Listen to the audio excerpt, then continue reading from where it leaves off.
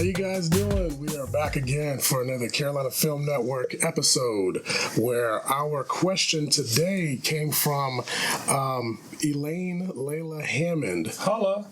And the question was something that's very common, something that a lot of people have questions about, which is talking about sustainability.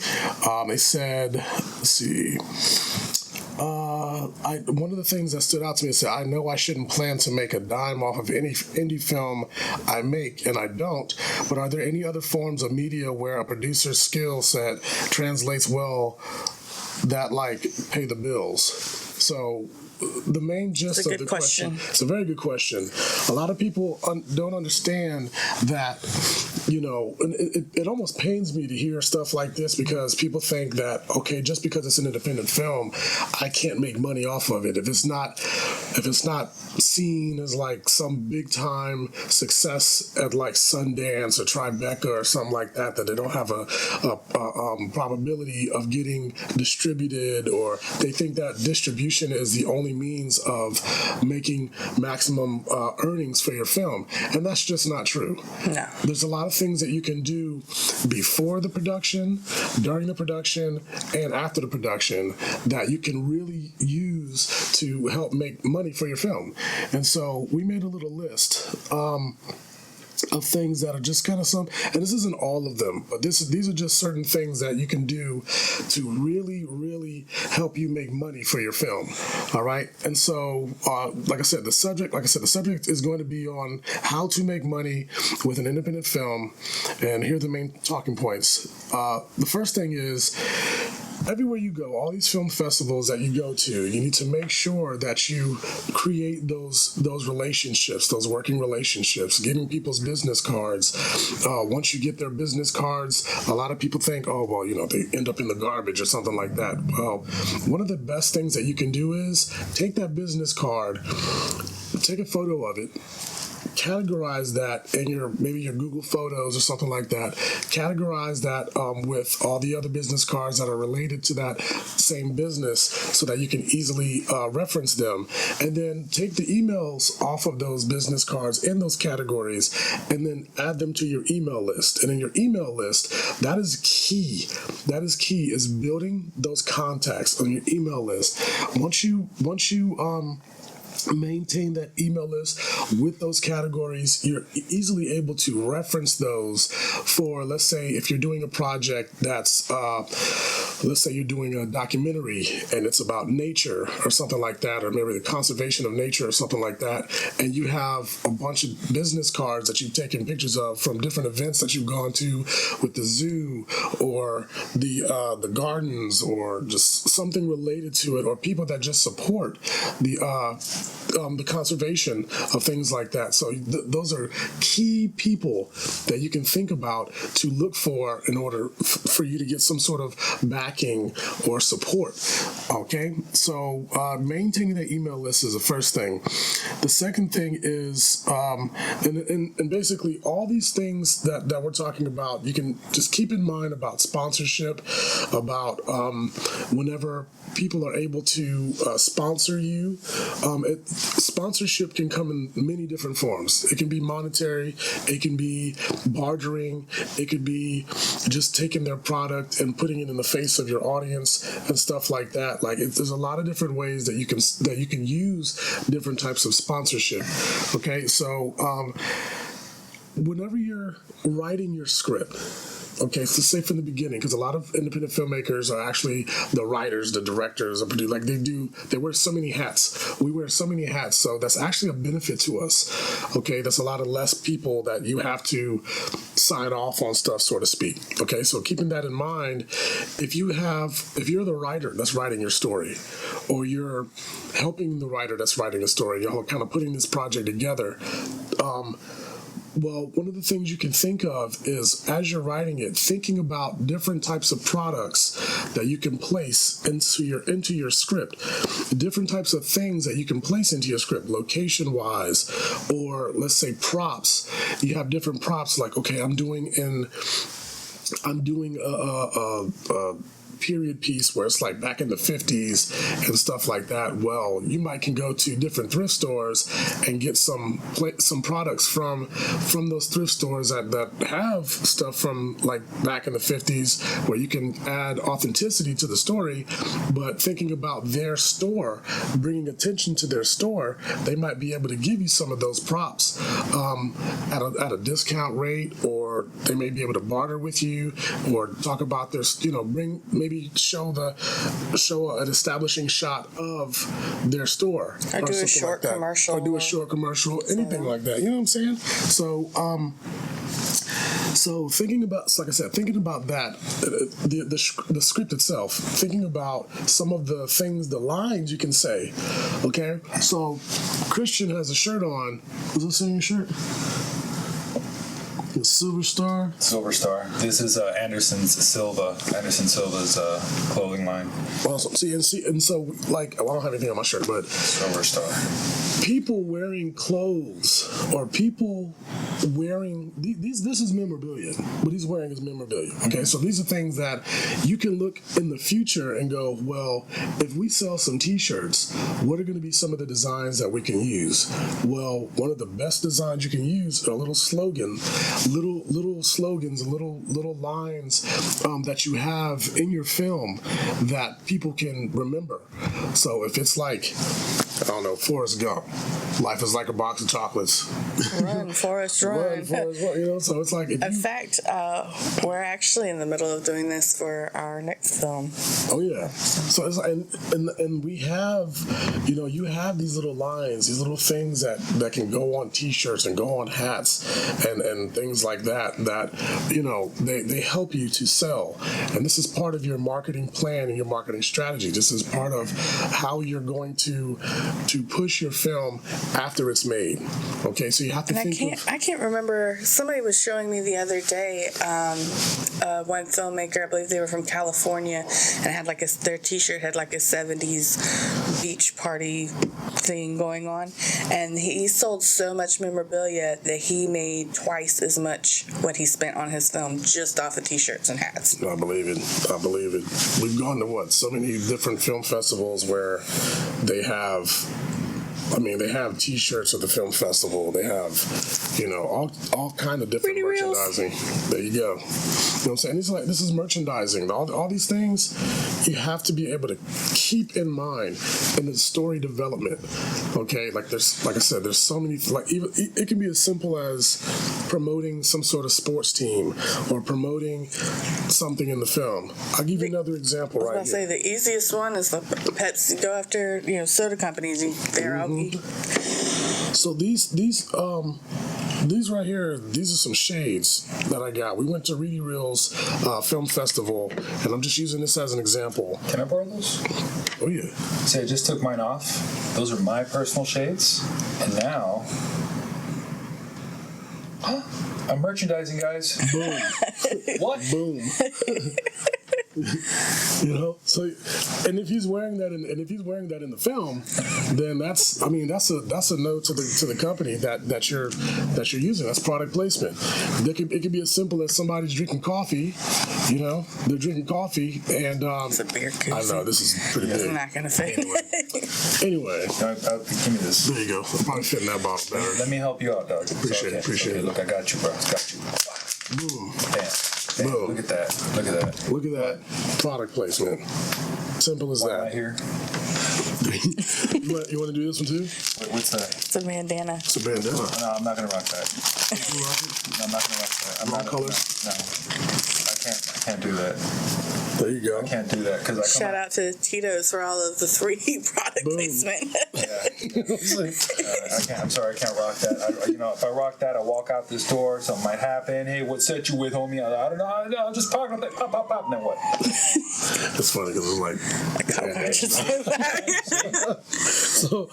So these are just different product placements, right? So this. I'm gonna use this as an example as well. Ad space. You have your premiere and stuff like that after the film and all that stuff, okay? You have events that every event that you have leading up to your film, every event that you have after your film and stuff like that, you have a program. This right here can make you a ton of money. This program is actually pretty thick. Mm-hmm. Now, as far as the festival itself, it didn't even need this much right here. But if you look towards the back, you have several pages of, if you look on here, thank you to our sponsors, they have ad space on here. This is ad space. People bought whole pages, they bought quarter pages, they bought half pages, and these are ads. These ads you can sell, because people that are coming to see your film, they might be people that's coming from out of town and they don't know what's in the area. So you can go in the area and get people to just spend a little bit of money on buying ad space. Okay, that's another thing right there that can really help you. Yep. Even if you have, let's say you're doing in a film and you have somebody reading a newspaper or something like that that's sitting at the table, you can do the exact same thing with the newspaper. You take the newspaper that they're in, you make your own newspaper. It's not hard to get a newspaper print type thing made. Make your own newspaper and put ads on the newspaper and guarantee that they're going to be shown. So while that person is reading the newspaper, you do a cutaway shot of them reading some article, but right next to the article, you have some sort of product placement that's in the film, some sort of ad, something that's in the film. So these are the things you can think about as you're, like I said, as you're writing and stuff like that. You just kind of got to keep that in mind, so that you can put that product placement up in there. So again, like with props, local artisans, they make stuff all the time. I remember one thing that we did with our last film, because we treated it like a business, because every film should be treated like a business. We had a painter who painted this big painting. It was really beautiful. It was a wedding scene. He painted a painting for the wedding scene, and we had it in there. We showed the painting and stuff like that. And then at the premiere, we auctioned the painting off, and all the proceeds went to the artist. So, whether it's another artist, whether you have an artist that's part of the production, whether you are an artist or something like that, like you can put stuff in there for that. We also had a kids coloring and comic book that another artist drew for us that was about the same size as this right here. And again, with that, we had ad space that people bought in the back, sponsorship. People sponsored the book and stuff like that, and a portion of the proceeds went straight to the artist who wrote it, or not wrote it, but that drew the illustrated it. Yeah. So these are different things that you can think about. Yeah. In the business aspect of the film. Let's see here. Now, crowdfunding. Now let me go ahead and segue something regarding the business aspect. As you're writing the script and everything, I know oftentimes independent filmmakers, for the love of the film, for the love of the art, focus a lot on the art. But remember, there is no film when it comes to business. When it comes to business, you gotta kind of like separate the two. You gotta have that marketing plan together. You gotta have that financial plan together. You should also have a project plan together, because all these things, it may be difficult to make money once the film is made, but even beforehand, if you can save money, whatever you save can be put into making money. For instance, if you put, a marketing plan together, you're going to know more or less with that marketing plan how much it's going to take to get your stuff out there. You can leverage certain platforms, you can leverage certain resources and stuff like that. So knowing this, will allow you to know, okay, where can I cut a couple of corners? Not corners artistically, but corners in terms of production and stuff like that. Because one of the biggest things that sinks filmmakers, big and small, is production overruns, cost overruns. They didn't properly, plan on this, plan on that, those kinds of variables. Also, what you want to do is, as much as possible, have a good team. Because with that good team, you have certain people that do certain things, director, assistant director, you have your actors, etc., etc. But if you have a good team where you can assign certain things to those people, they can focus on that one thing that you can't. And also, don't try to make money by just doing it from the hip. Don't wait until the last minute to figure out, okay, how I'm going to make money, how's this film? No, you should start from the get-go. Now, along the way, you are going to learn new things. You are going to see, oh, wait a minute, this might be a resource. All right, so there's nothing wrong with that. The issue is, if you don't plan beforehand, if you don't establish a battle plan, right, and put it down literally on paper so that you have a visual representation that you can go back to, and then when you do your next film you can go back to it and say, okay, this worked, this didn't, let's go ahead and build upon this particular methodology that we use. You're going to find by and large that not only are you able to figure out different, better, more efficient ways to make money, but you're going to find that it's going to take less time to do the things that it takes to make the film, but make it quicker, on a leaner budget, and with a very cohesive team. And once you're able to do that, you're going to find that you're going to achieve victories in areas you didn't previously think you would be able to do it. Yeah, you so keep that in mind. You mess around and lose a lot of money just from the production because of not preparing properly. Right down to the food. People got to get fit. Yeah. We've had people that have flown from, and we're in South Carolina. We've had people that have flew to our production that we've hired from New York, from other states and stuff like that. And that's a limited budget for these people. Like we have to pay for their travel. We have to pay for their participation and whatever it is that they're doing on set. And we have to keep all that in mind. So without having that properly planned, and I mean this actually happened where we lost a lead character that was supposed to be doing a scene. We lost him in general. And we had somebody at the time that was in town from New York, very limited time, and they were the top paid actor in the film. Mm-hmm. And it set us back so far back. We were like, man, we can't afford to fly this person back down here. So what are we going to do? And then we had to make a decision. The decision just so happened to be that I ended up taking over the role, but it was like best decision ever. It really was. It really was. A good totally killed it. I couldn't imagine any other way without him. It really was. Like it worked out. It just so happened to work out. But keeping in mind the sacrifices that we had to make. Now I was producing and directing the film. Now I'm in it. So now I'm having to add more hats, and with that I have to think about trying to maintain the quality of the film and the quality of the work.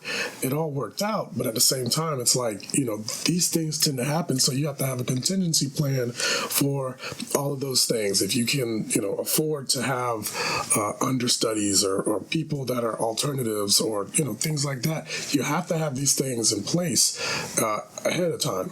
Because if you don't, you could be, that's a little bit of money that you thought you were going to be able to save. Now you have to spend it. and it happens. It happens quite often. Yeah. Sorry about that. Oh, no, I was going to just keep going. Well, I just want to make mention of something that I read the other day. For you guys that like to guerrilla film, get your permits. Don't play that. Oh, gosh, yeah. Don't play that. I read something somewhere where there was this group of filmmakers in London, I believe. London. Yes. I saw that. I think I saw it on Facebook. You did. And I kind of fact-checked it and went to the source. And yeah, indeed, it's true. These guys were trying to do some sort of gangster movie or something like that. They had no permits. minutes, and they thought it was all fine and dandy, but you know what? It's all fun and games till the po-po show up. Then when the po-po show up, you're on your face, you're saying, hey, this, that, and the other. Long story short, imagine how much it must cost them to, in overruns and stuff like that, to stop the film cold. Maybe there's legal fees and stuff like that involved. You never know. And it's stuff like that you may think at the moment that you're saving money because you're doing the, the fantastic guerrilla filming, right? But then, when you get caught and stuff like that and you have to explain yourself and you're doing it without a permit, then it becomes more expensive and it becomes more costly in several ways. So, guys, if, get that permit. Don't be lazy about it, because ultimately, if you do it the right way, no one can fault you. Absolutely. So we're going to go to, let's see, we have crowdfunding and fundraisers. Oh, yeah. Okay, this is stuff that can be done before and after as well. Mm-hmm. So crowdfunding, you have to understand the benefit. There's a lot of people think that, if I do crowdfunding, I don't really get that much money anyway because nobody knows who I am and da-da-da-da-da. Well, first off, you need to put on there all of the work that you've done. It's like your resume when you're doing crowdfunding. It needs to show all of your accolades. It needs to show anything that shows notoriety, any articles that's been done on you, anything that shows examples of your work. Give people a reason to want to invest. Give people a reason to want to invest. And like I said, even expanding on those email lists. That's the people that you would initially send it to, in addition to just putting it on that platform. But you have to be able to show a need in addition to what people are going to get on return of investments as far as donating into your film. And then another thing is that you need to make sure that you follow up with it. If you have people that are reaching out or looking at your stuff or whatever, follow up with them, reach out to them. And not only when you're asking for something, but you need to reach out to them just periodically to just say, hey, just seeing how you're doing, just checking up with you. We were going over this stuff. We have a film coming up and stuff like that, man. I know you donated to the last one or whatever, man. I just want to throw this out there. We want to invite you for free to the premiere or something like that. Just throw something out there, but just keep communicating with them. Engaged. Keep them engaged. And so that's with crowdfunding. But again, with the fundraisers, you have so many different things you can do. It can be as simple as a car wash. It can be as simple as, I don't know, like, I know this sounds silly, but this is kind of a twofold thing. You can literally run for cash. I've done this before. Like when I was younger, it was like you go to people's houses and you tell them I'm going to run a mile for a donation. Oh, okay. Because when you say I'm going to go to people's house, I'm thinking, I'm going to break in and I'm going to run with the cash. No, I didn't say it was something that my school did when we were young, when we were kids. Oh, okay. And it was like you were running for dollars or something like that. And it's like it sounds silly, but it's like it's twofold. Like, A, you get some good exercise in.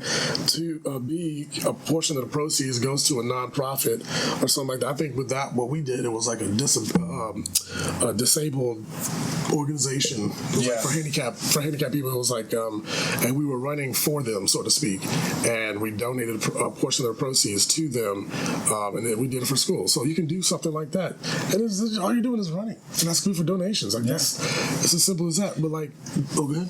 Oh, well, what I was going to say is, look at, again, I'm all about the team element. And the team element, you identify the talent on that team. So, for instance, with us, we are, I don't know how many thread. I'm not going to say triple, double. We're all kinds of threads. So with us, we have the media, we have the martial arts, we have the exercise and the fitness.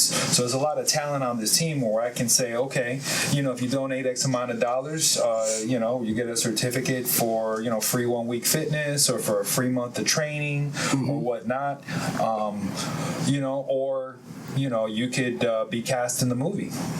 You could be cast, you could have a walk-on part or a bit part in the movie. Little things like that, trying to, give them incentive for why they're giving and everything. And, circling back to the resume portion, people want to know what they're giving to. They don't, you're not just going to walk up to them. They don't know who you are. Hey, can I have $1? Yeah. You're gonna be like, excuse you, you need to bounce because I'm calling 911 right now because I know you, right? So, those are things you need to consider. Leverage those resources that you have, which really cost you absolutely nothing at the end of the day. Versus, hey, going to a fitness club, can you come and do this for me? Because that person's gonna ask you for money. But if you already have that on your team, use it. Use what you got. And there's a lot of with crowdfunding, there's a lot of perks that you can do for free or that don't cost very much. Exactly. Because I know in general most people have around 10 perks, between 7 to 10, and there's some unique ones. I personally thought that it was Tommy and Robbie did, where you could name a character. And that's free, and posters are cheap. But you still have to keep coffee mugs. Yeah, and you still have to keep in mind, like I said, keep in mind of the perks that you have on there. Keep in mind the cost that it's going to cost you to make them. Yeah. So you got to keep that in mind too. Actually, I saw one time where they were making cookies. They're like, you donated $5, they bring you some cookies. There you go. Well, I'll move along because I'm looking at the time here. Yes, sir. So, fundraisers, memorabilia. We talked about that. Hats, koozies, shirts, books. The list goes on and on. The list goes on and on. Razors for my scalp. There you go. So what I want to talk about now, just briefly, is what happens after. So after you do the film, it's all edited, everything is ready to go, and you have your premiere. Okay, so first of all, the premiere itself is one huge event. Okay, that is a huge event. You have to get different sponsors for that, get radio out there, get television, do a press release and spread that out to as many people as possible. And again, you need to make sure that the people that you spread it to, these editors and these writers and journalists and things like that these are the same people that you've already been talking to throughout the entire year, throughout the entire production, the whole process, going to different events that you see that these journalists are going to be at and stuff like that. Staying in contact with these people is paramount, and so that whenever you're ready to have your premiere and you invite these people for free, mind you, I would invite them for free to get them to want to come to be involved or whatever, and make a big deal out of it, like make it a huge thing. All right, but when you're having your premiere, understand the possibility for numbers. Okay, you have your premiere for your film, you're charging for ticket prices, whatever the case may be. You have concessions and things like that, or maybe people can buy memorabilia there and merchandise there at the premiere and stuff like that to again show more support. But also keep in mind how much it costs for you to actually have it at that place. The premiere is one day, or maybe it's 2 days. Maybe you have it a 2-day premiere over the weekend or something like that. Whenever you have your premiere, understand the numbers of that is not the same as what your audience is going to be in general. Okay? Usually your premiere are your friends and family and people that are immediately around you, okay, that you already have a rapport with. But you have to think about it as a business, like I said, like treat it like a business in sense of your product. That is your product. And to get other people that don't know you to buy your product or to invest in your product, you have to think about what you need to do to put that in their face, to make them interested in it. Okay? So one of the things that we've done in the past, or that we're still doing actually, is for our last film, we're doing free screenings at schools. It was a kids' comedy.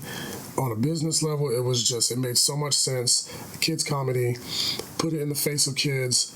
When you involve kids in anything, they don't come by themselves. They have to come with their parents, they have to come with their family. Yep. Okay, so that already, instead of selling a ticket for somebody, one person to come watch my film or my premiere, now I got, if a kid's involved or I put kids in the film, now I got them, the brother, sister, mother, father, their family who's supporting them to come to the thing. Now you're starting to multiply your numbers. What we did, even past the premiere, we're going to do free screenings at schools.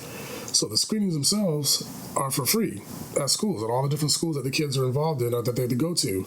Now, on a business level, post-production wise or post premiere wise that's going to help us is all those things that we built from the beginning, all the product placement, all the merchandise, all the things that we can actually have that's tangible that people can buy goes in a brochure. At those free screenings, all you have to do is hand them a brochure for them to take home.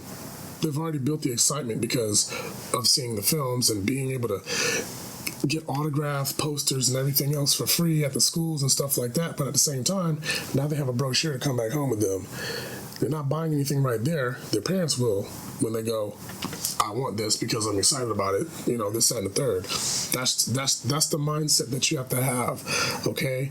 If you can do free screenings, let's say you have a film that's related to some sort of social injustice, and so you show these screenings for free at libraries and things like that, where people that are advocates for social injustice and stuff like that, where you invite all these people for free, do a free screening.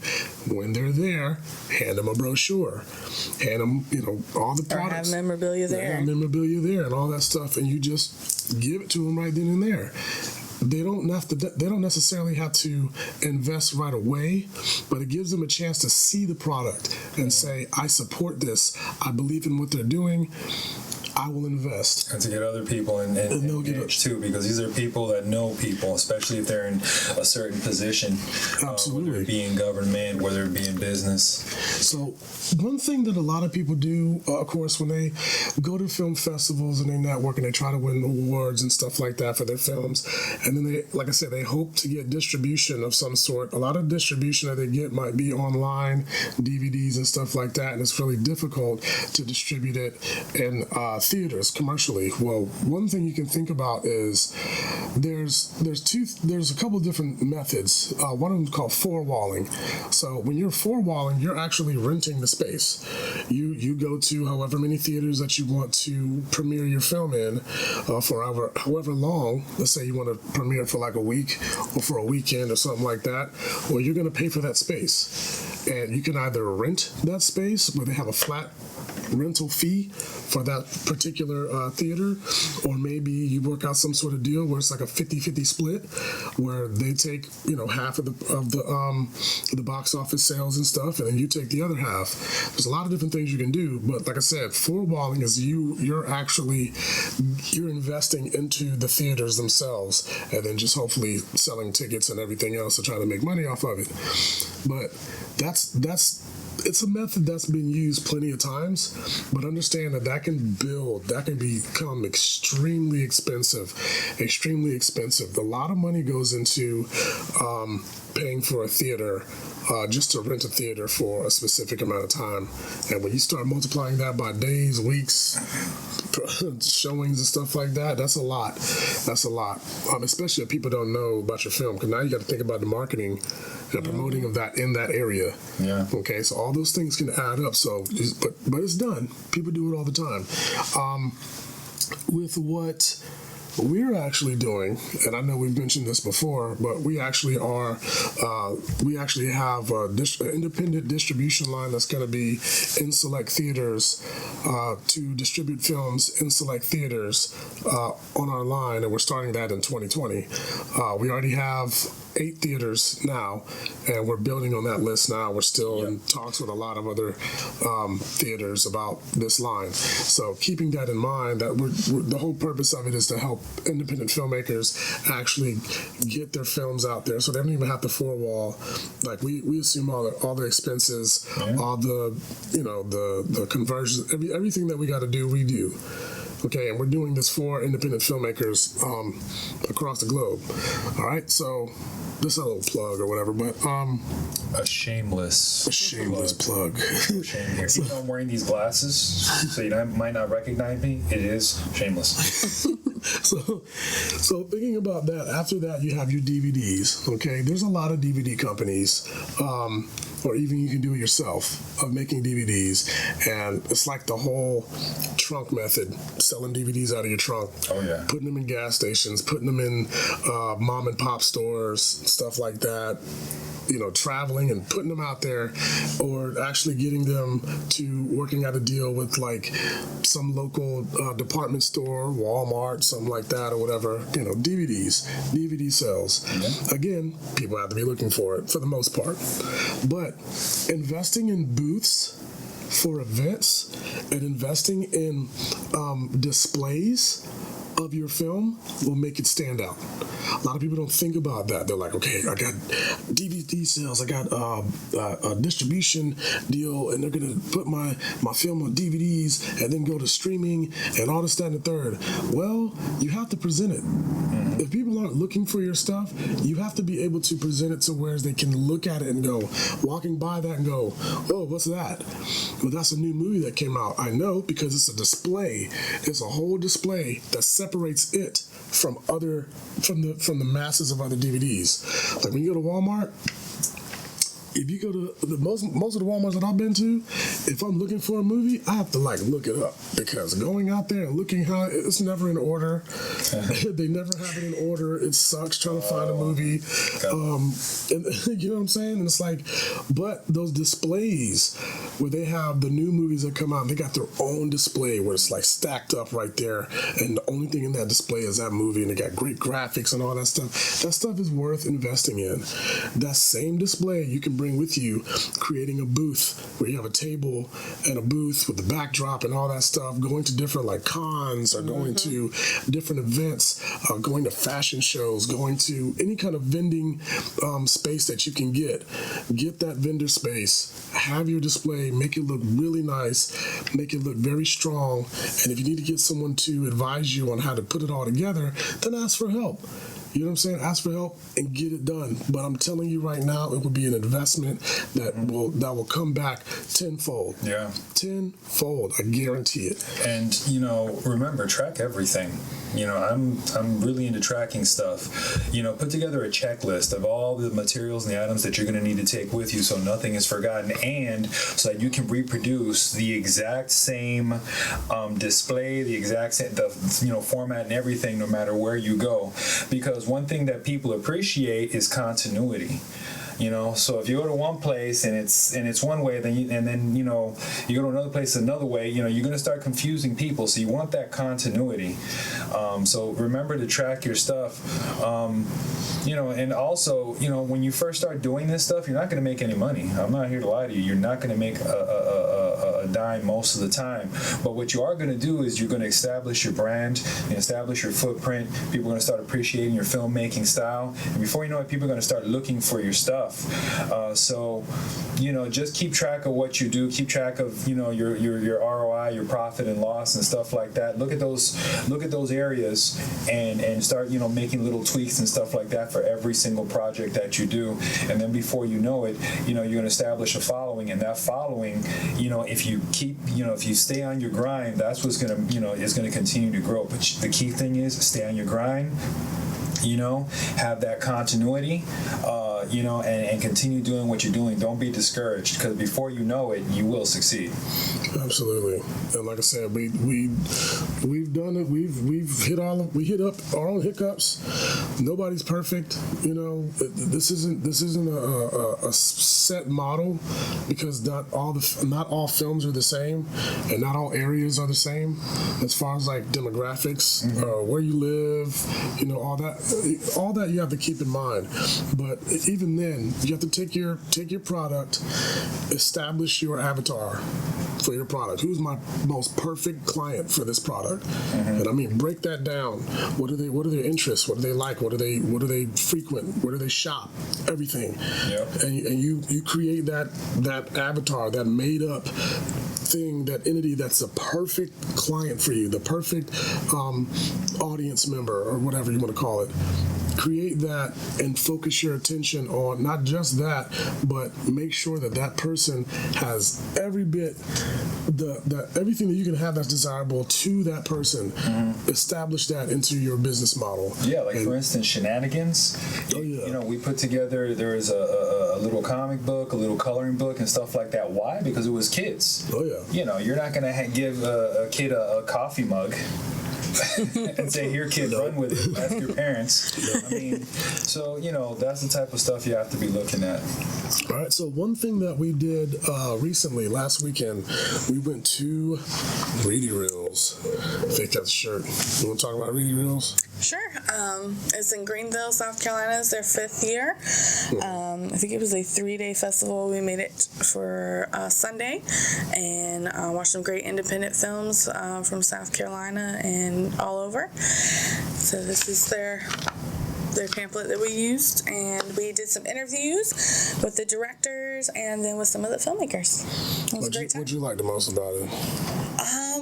I really enjoyed their venue, actually. Yeah, it's in the middle of downtown Greenville, and stage seating was their lighting was good. And then I really enjoyed getting to watch Anand's Curse because it was their premiere. Yeah, it was awesome. That was awesome. It was hilarious. So we just put together a quick little clip of Reedy Reels, and we just want to let you guys check it out and see what you think. Enjoy.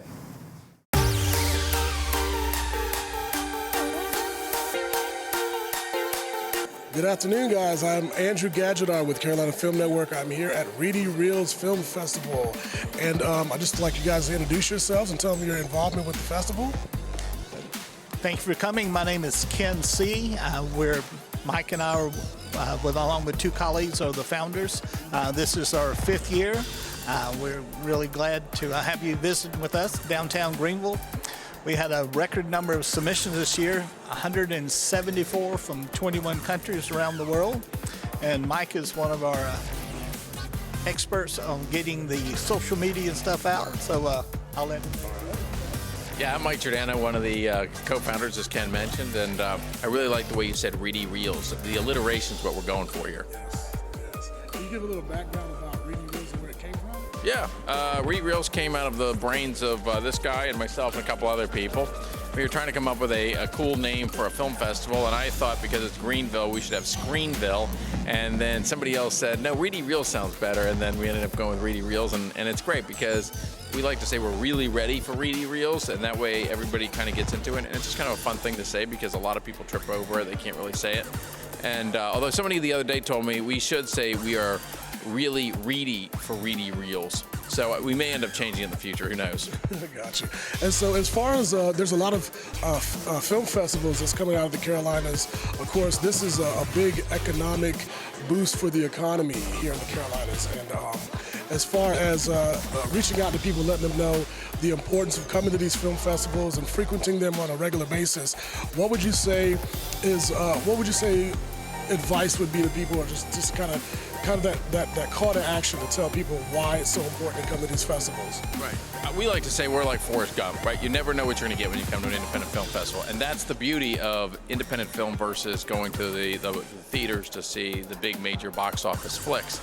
The other advantage is that you get to hear the filmmakers afterwards. So here you just got to watch some interesting story that you had no idea is being shown on the theaters here, and then you're getting to hear the actual filmmaker tell you why they made that story, where they shot it, how long it took them, all the particulars that really highlight and accentuate the experience. Awesome. There you have it, folks. This is Andrew Gadgetar with Carolina Film Network at Reedy Reels Film Festival.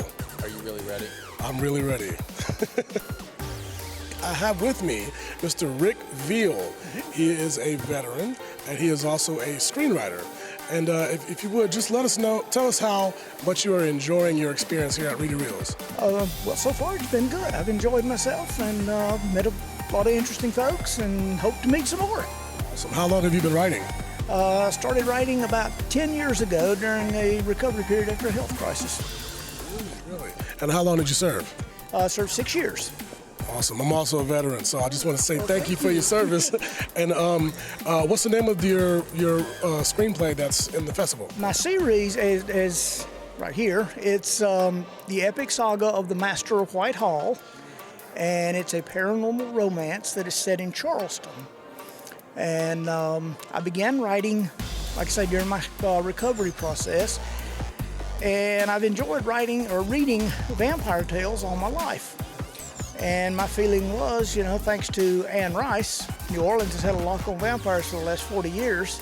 So it was time for South Carolina to get our own. So what goes better than Charleston with all of its ghosts and history and vampires? So I put the two together and came up with a story. That sounds amazing. We are here at Reedy Reels with our most distinguished guest right here. What do you like the most about the festival?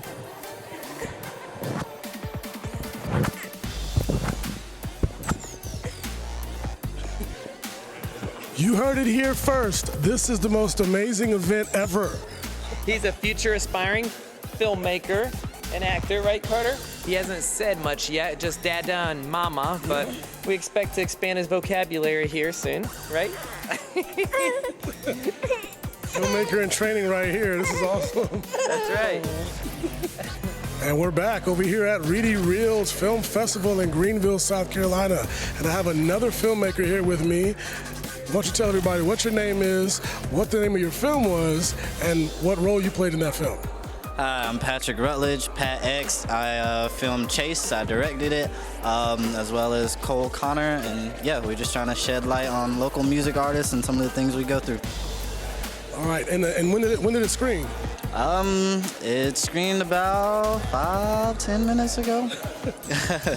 And I know it was well received. I've seen it already before in Columbia and stuff like that. And I think that is a very powerful message behind it as far as artists in general, whether it's music, whether it's making film and just doing things in the Carolinas that try to bring awareness to the struggle behind the struggle. You know what I'm saying? So you want to touch base on that and just kind of say what inspired the film? Yeah, absolutely. Similar to what I said in the Q&A, a lot of times, we all know local artists or people that are trying to pursue some type of creative endeavor. A lot of times you see the finished product, you see the movie, you see the recorded song, you see the performance, but you don't see the 50 or 100 takes, you don't see the 13 takes it took to get that dialogue scene right, or, that one actor that was being, difficult, whatever the case may be. So a lot of times people don't see the process, and so there's a disconnect between the artists and the community, because we understand that as creatives, but a lot of times community members or people outside looking in might not see that process. So we're just trying to kind of close that gap, make that disconnect a little bit smaller. And what would you say is the best takeaway that you can take away from this specific film festival as far as why people should come to Reedy Reels and check it out?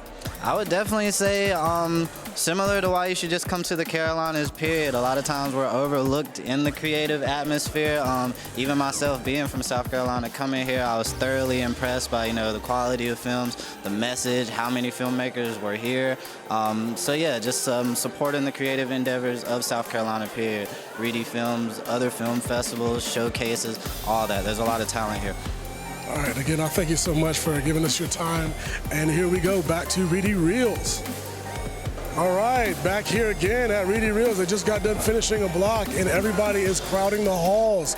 And so would you like to tell everybody who you are, what film you did, and what part you took into that film? Okay.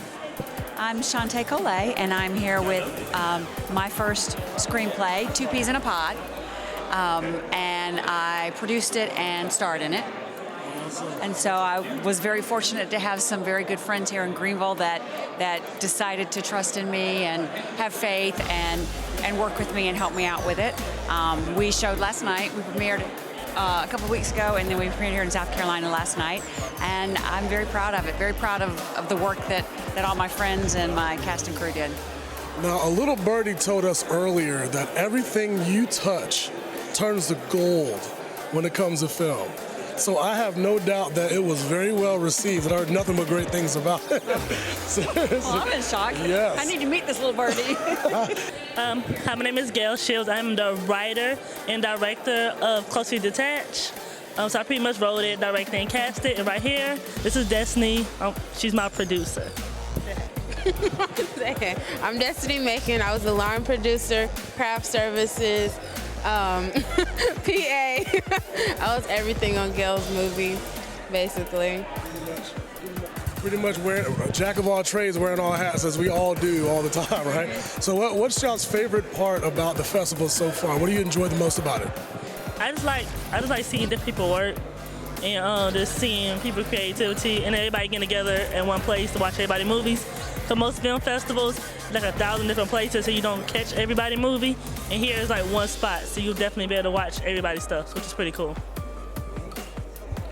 I like, I get to see other people's artwork and what they feel, what their style is and how they want to show their emotions through their stories. Here with Mason and Poppy at Reedy Reels Film Festival. Tell me what you guys like the most about going to a film festival. Normally when you go to a movie theater, you buy a ticket to see one movie, but at a film festival, you get to see so many varieties of movies, and you don't just see one, you see like 50. You also get to meet the actors and people who made the movie, and it's really awesome. I like that if it's a really big movie, you get to meet the people that made it, and you make friends with them. Absolutely, that's called networking at its finest, right? So you get to come here with your headshots and everything like that and go, hey, I love your movie. You want to work with me? Here's my information, right? Did you get to do that? Yes. Yeah. So what else are you doing down here while you're in the area? We're doing the audition for the fashion show, and we are going to design things for the runway this year, and we did it last year, so I think it's going to be really fun. Yes, it was a lot of fun. Yeah. I had a blast. All right, we're back here at Reedy Reels in Greenville, South Carolina, and I am here with Collins Abbott White. And you had a film that screened here already. Tell us a little bit about the film. All right, the film was Two Peas in a Pod, and it's a story about a family that's coming together after a tragedy and reconciling. And it really is a very character-driven piece that, as a director, it kind of stretched me because I was having to be one-on-one with actors and keeping them in a very emotional headspace. And it was less action, it was less sci-fi, it was less fantasy than what I normally do, and very much let's dive deep into these emotions and let's get these actors to experience that. And it was a great film. It's worth a watch, and hopefully you'll be able to see it soon online. And what can we catch from you in the most upcoming endeavors that you have going on? Well, we always have a lot of projects going on, but the next thing is on November 23rd. We have the premiere of a documentary that we actually started talking about last year at Reedy Reels, and we started shooting it in January, and we have been shooting it all the way up until last Thursday, and we've gotten everything kind of ready and set. And basically on November 23rd, you can come and see Labs for Dyslexia at the Pickens County Performing Arts Center. There are tickets available at the Pickens County Performing Arts Center's website, or you can go to othervisionstudios.com and you will find link information there as well for Labs for Dyslexia. And it's a great project about America's inability to educate dyslexic students and what 4 women came together to do in forming a school specifically designed to give a free education to dyslexics. They did a great job making that school happen, and it's one of those things that really the entire nation needs to see, because we need schools like this in every state, in every county, in order to address the issue of educating 20% of our population that does not get a good education through the traditional public school method. That's such a powerful message, and I encourage everyone to check it out whenever it comes out. Anytime you see these films screened that educates the public on so many different social issues and just so many different educational things that you can learn that we see on a day-to-day, I think that's very important. And I just want to commend you on continuing to do that great work, putting those powerful messages out there through film, and we look forward to seeing you in the future. Hey, my name is John Sexton, and my wife Donna and I have a film in the festival, and it's called Yard Sale. And I'm the producer and co-writer. And star in it as well. I star in it as well. Yeah. Okay, go ahead. Hi, I'm Donna Whitmore Sexton, and I co-directed it and made a cameo in this piece. Yeah. So tell me what's your favorite part about the festival so far? Because it screened last night, correct? Our film screened last night in the top of the 6:30 slot. The thing I like mostly about Reedy Reels is it's one venue. So you don't have to run around like a crazy man if you want to catch films. You just catch the block you want, and it's bad. But if you want to see 5 films that's got 10 films in the block, you can watch those 5 and wait till the credits come on and then sneak out. And then you can come back and watch something else. But being in one venue, you can do that, and it's good. Now, I know I'm sure you've been to a lot of film festivals already in the past. Like, as far as in comparison to a lot of other cities, what would you say is like the main attraction in this area particularly? Because I know sitting down watching films all day, you got to take those breaks. So like, what would you say is like the most attractive thing here in this area, or what Reedy Reels has done to enhance that? Well, I would say that number one, Greenville is just such a charming city. And we lived here a number of years before we moved to Charlotte. And it's always great to come back and see what's new and also go back to some of our favorite haunts like Sobeys. Yeah, so to answer your question, I would say the best thing they have going for them right now is the same thing as real estate: location, location, location. Yeah. It's downtown. It's walkable to everything: hotels, food, entertainment. I mean, you don't have to go more than a couple blocks to find anything. And that's always nice in a city this size. It's great. But when you go to a city like Augusta, Georgia, you wonder, and they've really got it going on there as well for a city their size. We just came from playing Fayetteville, North Carolina. Wow, what a cute little town. And those people have had their festival going only 4 years, and it's the most organized I've seen. I've seen festivals that have been going 10 years long, and they aren't as organized and together as that festival. Awesome. Well, we want to thank you guys for having a film in this festival and enjoying yourselves. And we're going to continue to enjoy Reedy Reels. Andrew, thank you for the interview, and we always look forward to what CFN's doing. Thank you. Thank you very much. Thank you so much. You're welcome. All right.